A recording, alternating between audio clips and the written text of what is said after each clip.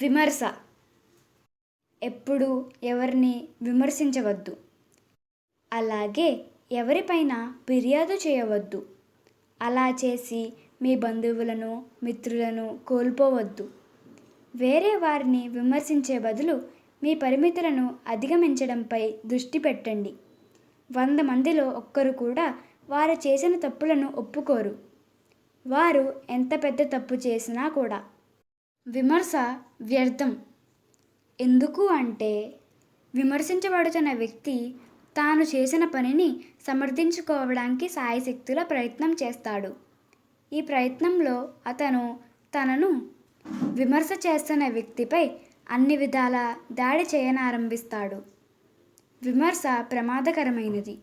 ఎందుకు అంటే ఇది ఒక వ్యక్తి ఆత్మగౌరవంను దెబ్బతీస్తుంది మరియు విమర్శకుడిపై కోపాన్ని పెంచుతుంది.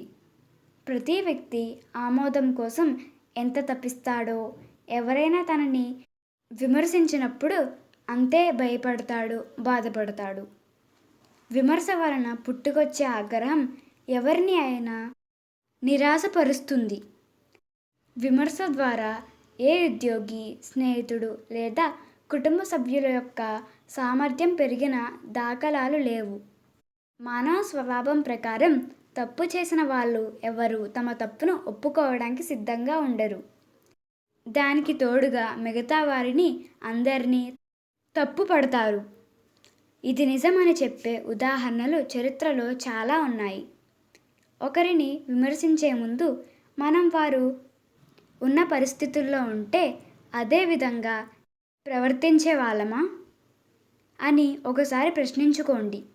మీకు ఎవరిలోనైనా మార్పు తీసుకురావాలని, వారిని అభివృద్ధి చేయాలని ఉందా?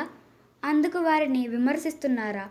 మీ ఉద్దేశం మంచిదే, కానీ ముందుగా మీరు ఎందుకు మారకూడదు?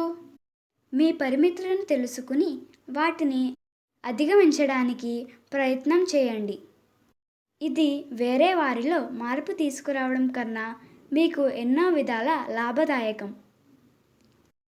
నేను చేసిన తప్పులను గురించే ఎప్పుడూ మాట్లాడతారు అని అనుకునే ఒక కుటుంబ సభ్యుడు మీ ఇంట్లో ఉన్నారా?